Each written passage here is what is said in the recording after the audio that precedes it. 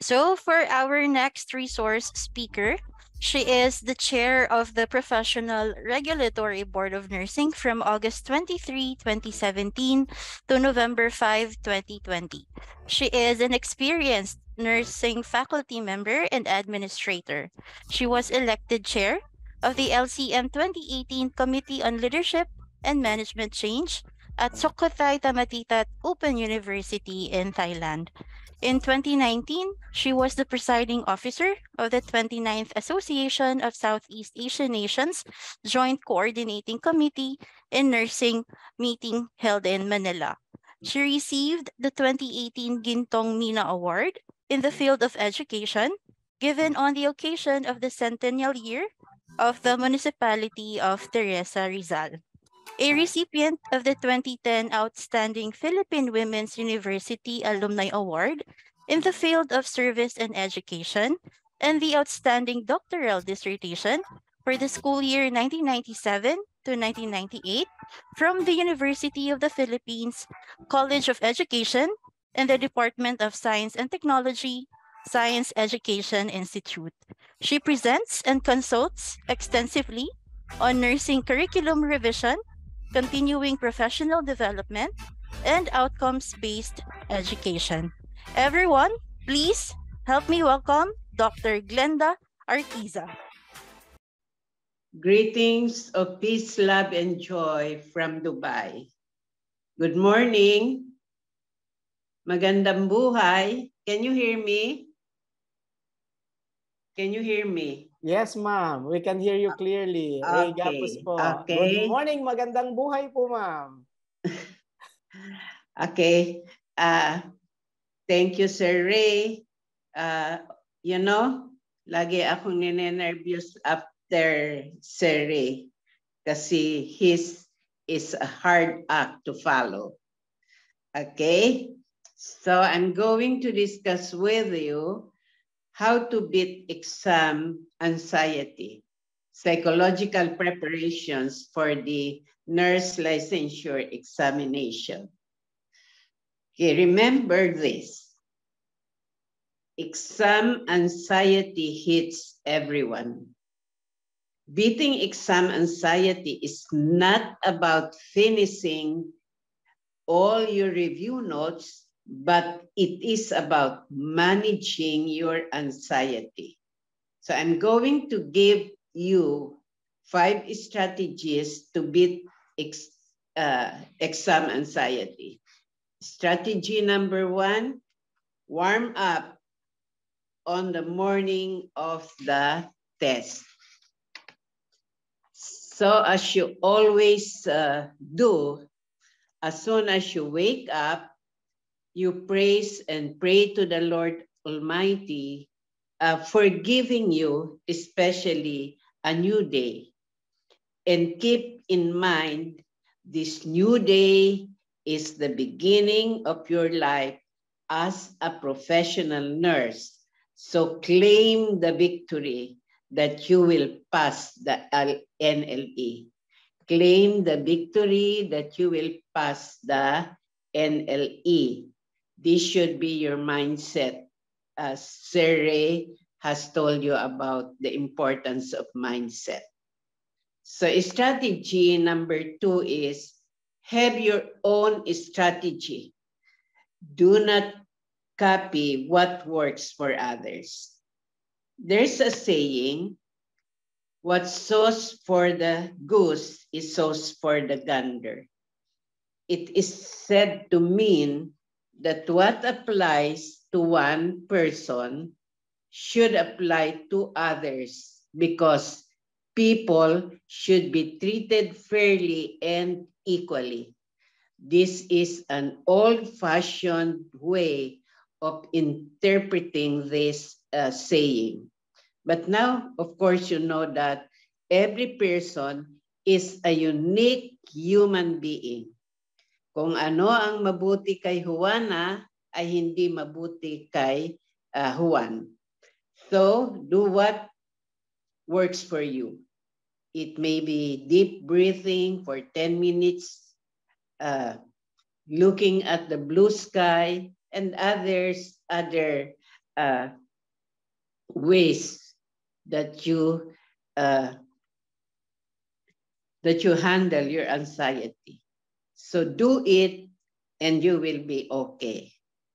Strategy number 3 is have all your needs ready at least a day before the test. So do a final check. At this point in time, you already know what you need for the NLE. No? So make a checklist this early of all the requirements and what you need on the day of the exam. Again, do a final check the day before the examination. Strategy number 4, upon receiving your test paper, do a short self-talk. Say, my mind can answer this correctly. Say, my mind can answer this correctly. Together, say it.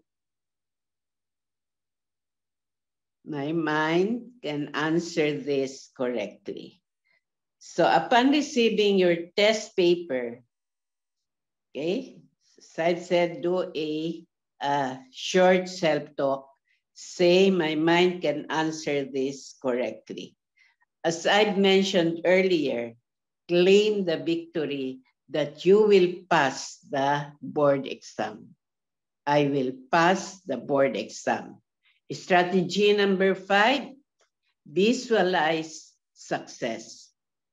So have a mental picture of you in your white nurse's uniform, taking your oath at the Philippine International Convention Center with your loved ones, sharing your joy and happiness. So say, I am an RN. I am an RN. I am an RN, a registered nurse. Together, say it.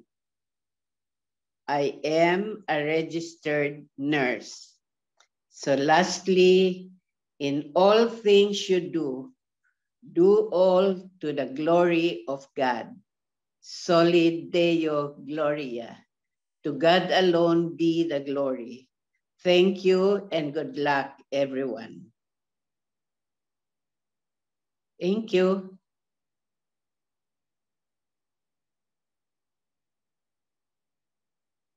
All right. So thank you so much, Dr. Arquiza, for your advices. So as early as now, no, let's claim it. You are a registered nurse. So can you see the chat box? Let's claim it. Everybody, let's claim it. You will be a registered nurse.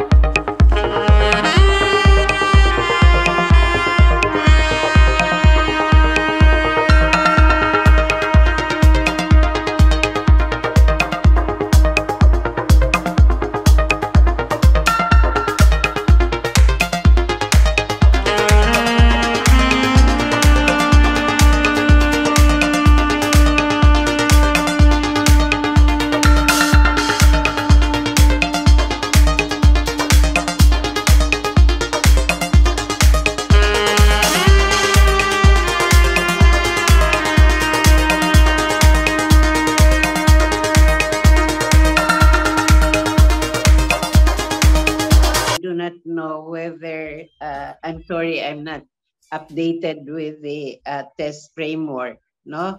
But I think it is already outcomes-based. Thank you po, ma'am. Yeah. Usually naman po kasi, di ba, nung time nyo may advisory on those new things that will be implemented. So since there was none, so siguro we can assume that could be potentially deferred pa. Yeah, probably. No? But anyway, it's still a competency-based questions. Yes po, ma'am. No? So, you know, they are testing, I mean, the NLE tests your competencies, your beginning competencies as a professional nurse. Kaya nga po, ma'am, di ba dapat pag beginning competency, wag masyadong complex, di ba, ma'am? Yeah. Yung approach. Kasi may tendency yung ating mga learners na gusto nila, meron silang konsepto na sila lang ang nakakaalam. Ang lagi kong sinasabi, pag ikaw lang ang nakakaalam, hindi naman lalabas yun kasi hindi rin yung alam nung gagawa nung exam. Kasi ikaw lang. Exactly. Di ba, ma'am? Kasi katulad, may estudyanteng nagtatanong sa akin ng, Sir, paano ba yung methodology sa triangulation sa research? Sabi ko, oy, yung competency mo ay beginning nurse researcher lang. So wag ka kung nagkikialam dyan sa triangulation kasi higher level na po yan. Tama po ba ako? Exactly, but I hope the examiners know that also. Ma'am, may tanong po dito para sa inyo. Will the rating of the top 1 affect the passing rate? Nangyayari ba yun, ma'am? Pag mataas masyado yung rating daw ng top 1, will it also pull up the passing minimum? No, it's not. Individual yun, di ba, ma'am? Di ba? Oo. Opo. So, isa lang siya dun sa mga nag-take, so huwag kayong kabahan doon. Oo, wala siya walang influence. Pero last time yata, ang daming top-notcher, no? Oo, ma'am, kasi halos lahat, kahit sa bar exams, ma'am, gano'n yung nangyari. They were a little kinder. Yeah. We also have a question po here from Christian. Kailan po daw ilalabas yung room assignment? Usually 3 days before yan. Oo, sa respective PRC, sa PRC website.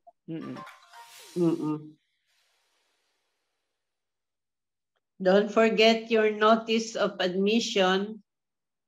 And yung wearing of mask uli, ma'am, ngayon kasi may mga areas na alert level 2. Yeah, oo. There might be new instruction regarding PCR. I was trying to contact one of the board members, but I failed to do so. No. But probably your people can check it. Yes, ma'am. Ma'am, general naman po yung kanilang advisory pag naglabas ng DOH, encompassing na po yon for everyone. So I think it's true also for, kasi yung any public conglomeration of people, ma'am, parang required talaga yung masking ngayon. But I don't know about the PCR test. Yes po, ma'am. Be sure to find out about it. Apo. And then yung vaccine card, yes, it is better that you have it with you. Yeah, oo. Paano po yung bagong exam design? Ano po ba ang rating na kailangan? It's still 75. But it is not exactly 75 kasi it's being transmuted. Ma'am, may tanong po sila. Pwede po daw bang immediate family ang magpasa ng requirements to take the board exam? Ang alam ko dyan, personal because sometimes you are asked to have thumb mark doon. Oo. Then maglalag ka sa logbook. Yeah. I have not come across that condition, no? In my 6 years. Po. Opo. Yeah, in my 6 years at the Board of Nursing. You know, kanina 264 ang participants. Yeah. Ngayon 241 na lang. Nagfa-fluctuate, ma'am, ang internet ng iba. Nasa labas ito, entering po So uli lumabas sila. sila. Entering po sila uli Okay. ngayon. May question, ma'am. What could be the best strategy in reviewing for answering questions where we should choose the best answer? I Okay. think that is the mastery of Doc Ray. So I think the best, I think Doc Ray has given you a very excellent strategies, no? And he has proven his system. ay, Baka sabi you were niya, ma'am. not listening sa kanya. Ma'am, sabi niya dito, pwede po ba niyong i-explain anong ibig sabihin ng outcome-based doon sa framework? Outcomes-based, as I've said, that is the competencies, the learning outcomes, no? Yung what you are expected to do after an activity. No? Like utilize the nursing process, for example.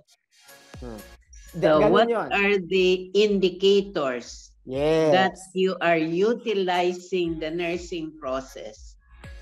So ano indicators? You assess the patient, you plan. Assess the patient, plan. Intervention, Okay. implement. Oo. Ganon. Di ba, ma'am? Yan. You have Oo. several outcomes for each of the Yes. competencies. Yung outcomes yun ng Competencies. indicators. Exactly. Oo.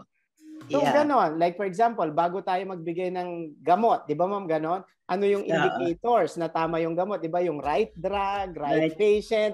Yun. Yes. Yun yung mga aaralin nyo. Kayo naman. Oo.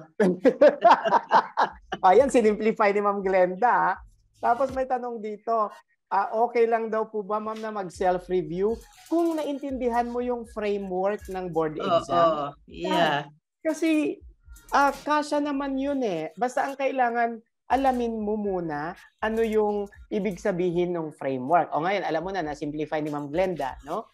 Na meron tayong meron tayong competency, meron tayong indicators. Yung indicators natin, yun yung outcomes na tinatawag. Yes. So for one competency, you have several outcomes. Okay, ano yung outcomes na yun? Yun yung mga specific na aaralin mo. I hope you know what PPNPS, no? Yung Philippine Professional Nursing Practice Standards, no? Kasi doon sa PPNPS, there are 4 domains. So for every domain, merong mga standards, sub-standards, no? So for every standard, there is a competency and then there are indicators. So yun ang aaralin nyo. Ma'am, naalala mo, may talk ka last time, yung previous masterclass natin about that. May example pa tayo. Nandoon yun sa video natin na they can still access it. Naka-specify doon yung tinok mo, yung example for each of the indicators, paano dapat yung mga tanong na aaralin. Ganun po. So yung siguro is like for example, sinabi ni Sir kanina, ano yung focus, no? Like yung main problem nga, ganon. Tapos, you ask yourself, ano ba yung tinatanong sa akin? Intervention ba? Or planning ba? You know, one of the frameworks ng ng board exam is the nursing process. So, you better review the nursing process. Now, what are the steps? So kasi may tatanungin sa iyo na assessment ba ito, no? Or planning ba ito, intervention or evaluation, no? Kasi makikita mo doon sa ano yun? STEM ba yun? Yes, ma'am. STEM po. STEM and then choices. The choices, no? So anong tinatanong doon sa STEM? Intervention ba? So yung sa choices mo, what is the nearest to intervention? Parang ganun. Si Dr. Ray explained it kanina very well if you were listening to him. No? May tanong dito. Ano po ba ang strategy for select all that apply?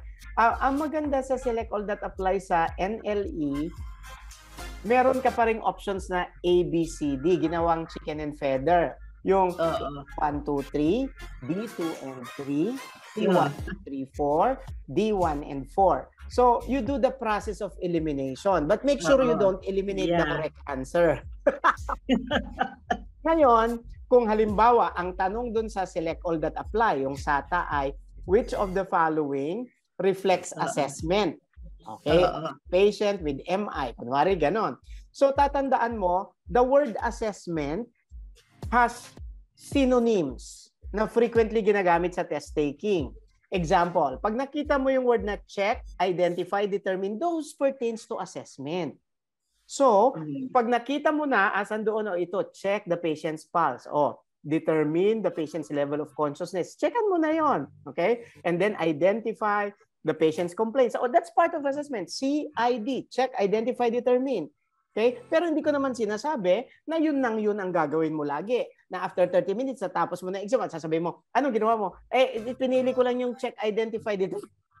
It doesn't make sense. So at the end of the day, you have to put together your knowledge and then use the strategy to enhance your choosing of the answer. What we're saying is, hindi po epektibo ang strategy kung wala kang stock knowledge. So, kailangan mag-aral ka muna at make sure na yung pinag-aralan mo ay tama. Kasi ma'am, am I correct, Ma'am Glenda? Correct me if I'm wrong. Predictable naman yung board exam pag binasa mo yung framework Nandoon na kung aralin, di ba ma'am? Kaya dapat ang estudyante, kailan proactive. Tignan mo yung framework. Yung ba tinuturo sa'yo na nagtuturo, nasa framework o trivial lang yan? Because sometimes may tendency tayo, we focus on the things that we don't know. But those things are trivial, which means it's not essential para doon sa beginning nurse practice role mo. Yun ka lang. Tatanda mo lang yung beginning. So yung mga nag-aaral ng research, na sabi nga ni Dr. Arcos last time, ang research ay present from test 1 to test 5 ay wag ka naman mag-focus dun sa triangulation na masyadong komplikado. So dapat alam mo lang kung ano ibig sabihin ng triangulation, hanggang doon lang. But you are not supposed to focus on napakaraming iba't ibang triangulation because you are wasting your time. Exactly. I saw a question na pagka daw yung mahaba ang choice, yun ang answer. No, that is a misnomer, ha? Hindi totoo yun. No? I always hear that, na pagka daw mahaba yung option, yun ang answer. No, it's not true. No? I do not know whether it is evidence-based.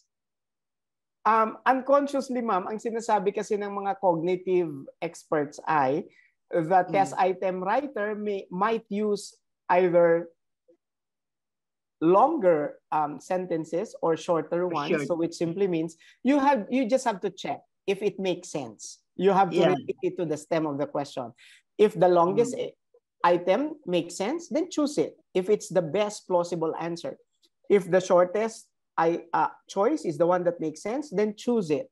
But at the end of the day, yung critical thinking and judgment mo dapat yung nangingibabaw at hindi yung dahil ito ay mahaba, ito ay maikli, tapos natapos na niya in 30 minutes yung exam. Kaya ang score niya isang mahaba at isang maikli. Oo.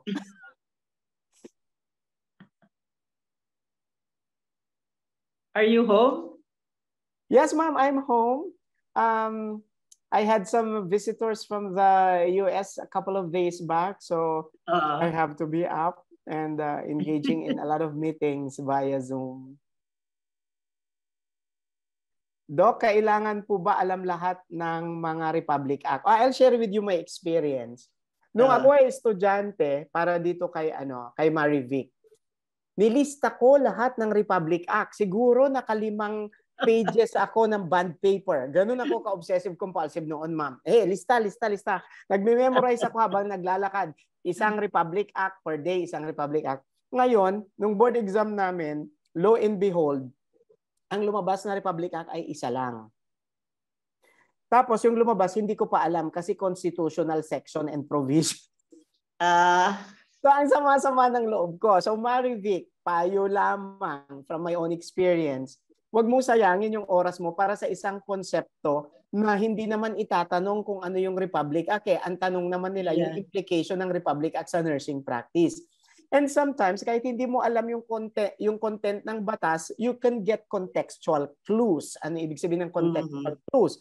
Tignan mo yung situation. Kung yung situation ay tungkol sa immunization, so have the idea na siguro ang batas na ito ay tungkol sa immunization. Ganun lang yun. Sometimes, you have to get contextual clues. So, wag mo masyadong pahirapan yung sarili mo. Memorize mo yun.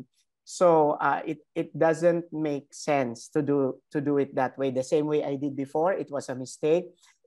If I given the opportunity, I would not have done it. So para sa iyo, nagbibigay na ako ng advice, wag ubusin yung oras sa ganun. You can do kucha about that. Siguro dig deep into our nursing law.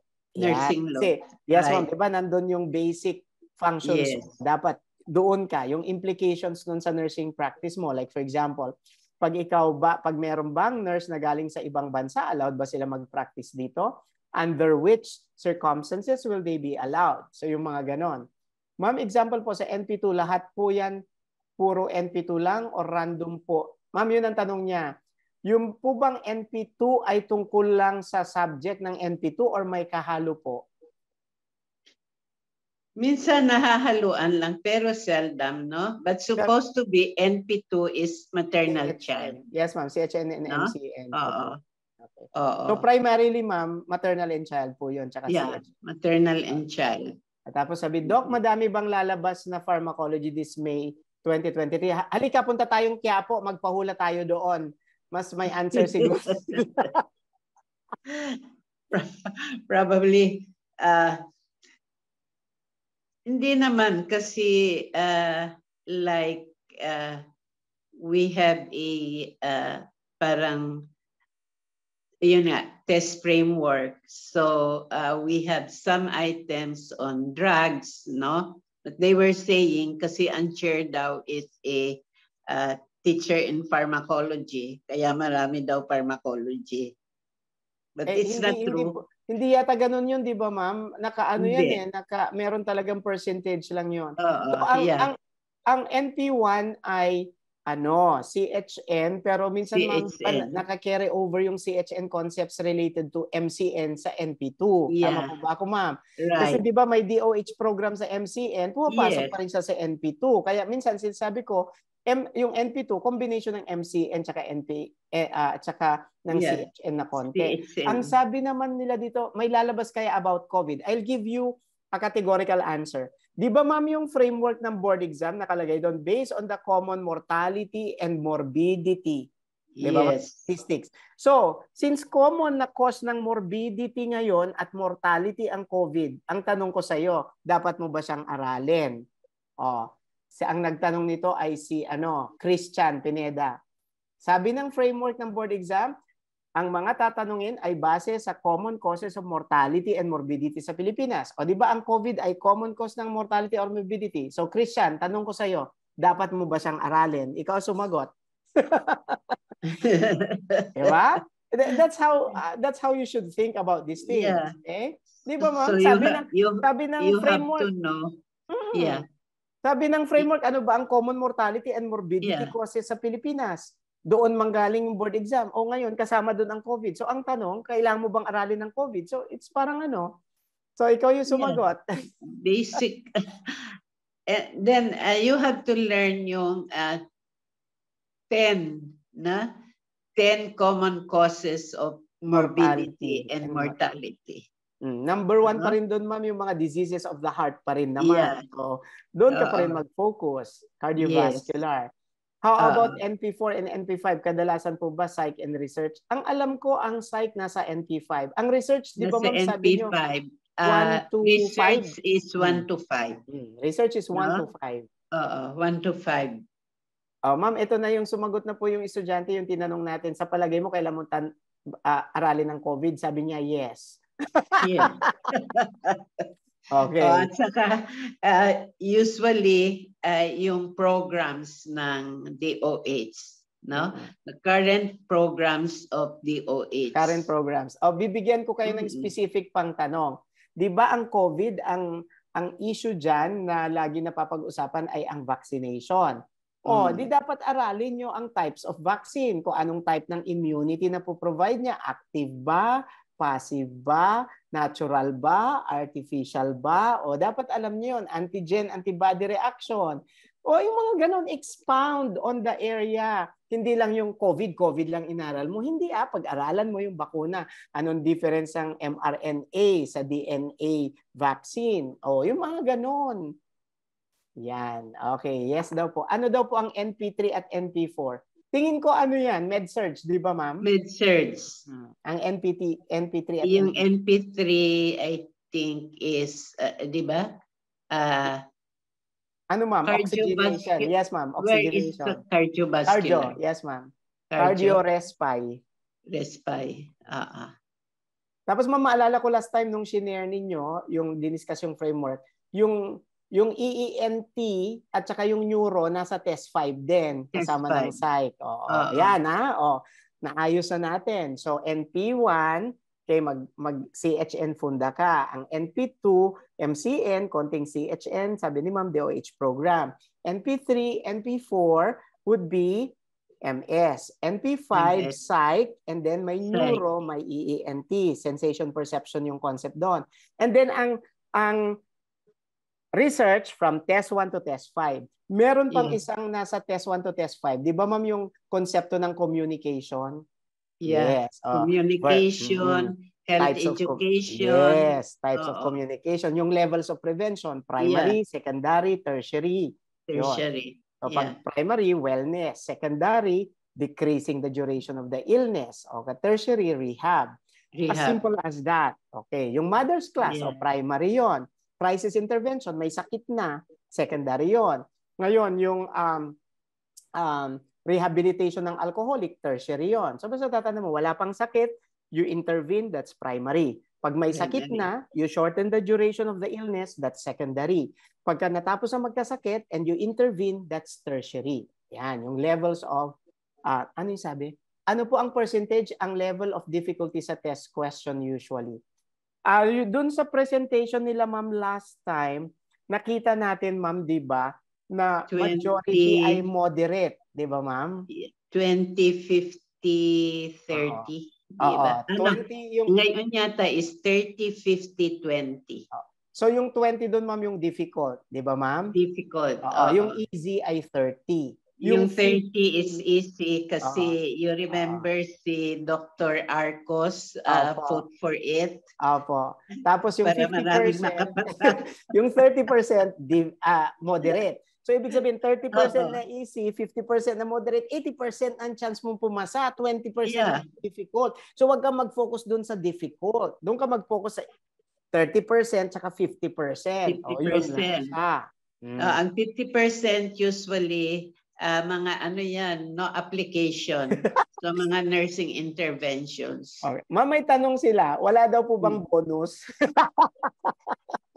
Usually, merong bonus pagka it's during the deliberation of the answers, no? For example, minsan kasi the test construction is faulty, so the board will decide kung ano yon, minus or bonus, no? Pero usually, for every test, parang dalawa lang ang pwede na bonus or minus. Okay. So, i-share ko lang yung nangyari. Kasi ma'am, nung time namin, wala naman po nagko-correct ng typo error eh. Naalala ko noon, instead of Lugol solution, nasa exam namin, Dugol solution. Pero, nasabihan naman kami ng mga proctors no, na leave it as it is because the board will determine eventually. So, that we took it to mean na okay, didesisyonin pala ng board kung ito ay gagawing bonus o hindi. Ma'am, may tanong dito, ano po ba daw ang difference ng quality assurance at quality improvement?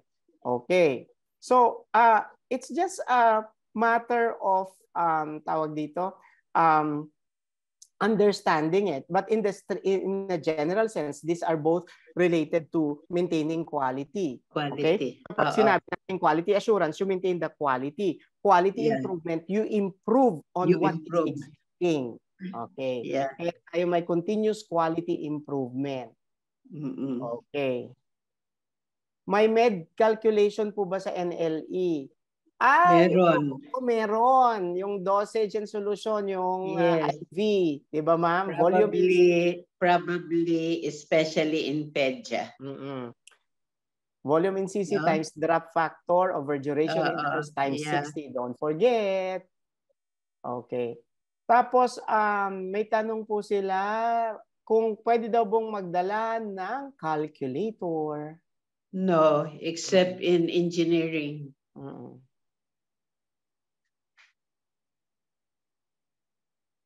So, do we still have questions na gusto nyo malaman? O, i-recap lang natin ha. Yung NP1 ay primarily fundamentals and CHN.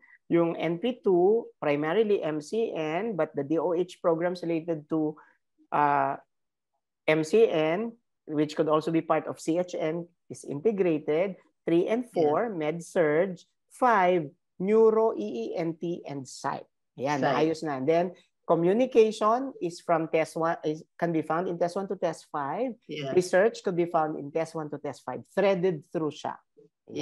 Health education. Health education. So, i-expect natin na pag umupo ka doon, meron ka ng approximately 25 items na research, 25 items na communication. So, meron ka ng 50 points na sure ka na pag inaral mo yon, masasagot mo yon ng maayos. Ganda. May pahabol po sorry. Okay. Go ahead. May pahabol po tayong question. I think this is very important. Ano po ba daw ang proper shading? Si Dr. Ray can answer that. Ang proper shading based on experiment na ginawa ng team namin ay dapat consistent. So ano ang definition natin ng consistent? Para mabasa ng OMR. Okay? Yung iyong answer sheet, dapat hindi lumalagpas dun sa space yung shading mo at dapat isa lang ang isi-shade mo bawat number. Merong mga dati naggawa, minarkahan nila ng kuko nila yung ibang options. Ang nangyari ay ni-report yata ng proctor. So, that's a form of cheating. So, you don't do that. Na shinadan niya isa, tapos minarkahan naman ng kuko yung iba. That doesn't make sense. Meron naman yung iba na nag-shade very lightly, ang lumabas 0. So, hindi nababasa. So, what is actually good for you to do is to have multiple strokes. Pero dapat consistent. Kunwari, yung number 1 mo, 3 beses mo siyang ginuhitan. Within the box. Yung number 2 mo, dapat 3 beses mo rin siyang guguhitan. Hindi pwede na mas makapal ang shading mo dun sa number 1 sa number 2 kasi may chance yon na because of the irregular lead content, merong nami-miss out yung machine lang yun eh. So, meron ngang brand ng lapis na na-identify kami na hindi talaga siya binabasa ng ng optical media reader. So, pinakamaganda pa rin, stick to what is being recommended, you can have the Mongol pencil that has been proven to be consistent in terms of being read by the OMR. In case magkamali po ng shade instead of number 5 na palagay sa number 6, need to erase? No. Kasi in-experiment namin yan, pag nagbura ka, nasusugatan yung answer sheet. Pag nasugatan yung answer sheet, erratic din yung reading ng ng OMR. So which means, yung isang binura mo, ang deduction nun 3 points. So mas maraming mawawala sa'yo. So leave it as it is. Meron ko estudyante dyan dati, dapat number 1 siya sa board eh. Kaya lang nung na-realize niya, yung number 51 na siya, ang shadean pa lang niya ay number 50. It was like 11 points na medyo nakaligtaan niya. So she slid down to number 6. But still a good finish. But you see, testmanship has a lot of role to play on how well you will have your board exam results. So ang advice ko, huwag kang magsagot na ang ginagawa kasi ng iba, sasagutin mo na sa questionnaire tapos ililipat sa answer sheet, medyo mali. Tapusin mo per situation, 5 by 5. So 5 question, shade ka na. 5 question uli, shade ka na. So dapat ganon, para hindi ka maubusan ng oras. Kasi pag naubusan ka ng oras, ang tendency mo magmamadali ka. So pag nag-shade ka na, naglalaktaw-laktaw ka. Okay. Yeah. All right. Okay, so thank you guys, no, for your question. So I believe na-answer naman lahat ni Sir Ray and Dr. Arquiza yung questions natin. And thank you very much, sir, Doc Arquiza, no, for your time and for imparting your knowledge to everyone today. Ayan. So remind ko lang ulit, no, for those everyone who are present today, isi-send namin sa chat box yung survey form. Ayan, paki-complete na lang. This is for your certificate of participation. I believe Miss Andrea will send it to our chat box. Okay. Ayan. So, at this juncture, we would like to present the certificate of appreciation. There. To Dr. Ray A. Gapus for imparting his invaluable knowledge and expertise on the learning workshop entitled Nursing Forum, a discussion on the topics about effective strategies and psychological preparation for passing NLE. Held on May 6, 2023, signed by Marivic M. Doctor, President of Health Carousel Philippines. Thank you, sir. Alright. Okay. And also, certificate of appreciation to Dr. Glenda Arquiza for imparting her invaluable knowledge and expertise on the learning workshop entitled Nursing Forum, a discussion on the topics about effective strategies and psychological preparation for passing NLE, held on May 6, 2023, signed by Marivic M. Doctor, President of Health Carousel Philippines. There, thank you, Doc. Thank you also. Fresh from Dubai, si Dr. Arglenda. Oh, si Ma'am fresh na fresh pa rin. Yes. Thank you niya. po. I till woke up at 4 o'clock. Thank you, Mom. We greatly appreciate it. Till the Yes. next class again, dear candidates, we'll see you. Yes, we'll see you sa list ng NLE passers. And then check your emails. Magpapadala kami ng slides, copy namin. And of course, some handouts for everyone. Okay. Yes. Okay. Thank you po. And we wish you Thank luck. you. And we are manifesting na magiging PHRN kayong lahat. So, Yeah. I'd like you to type in the chat box na yon, manifesting that PHRN this 2023 ang hindi mag-chat. Hala. Papasa pa din. All right. So, of course, Health Carousel Philippines, we are inviting you to follow us on our Facebook page, Instagram, YouTube, and of course, TikTok at Health Carousel PH. Okay, so that's it for our masterclass today. Thank you so much, everyone. Good luck sa exam. And yun, have a great day. Thank you, everyone. Thank you, Dr. Glenda, Sir Ray. Thank you, everyone.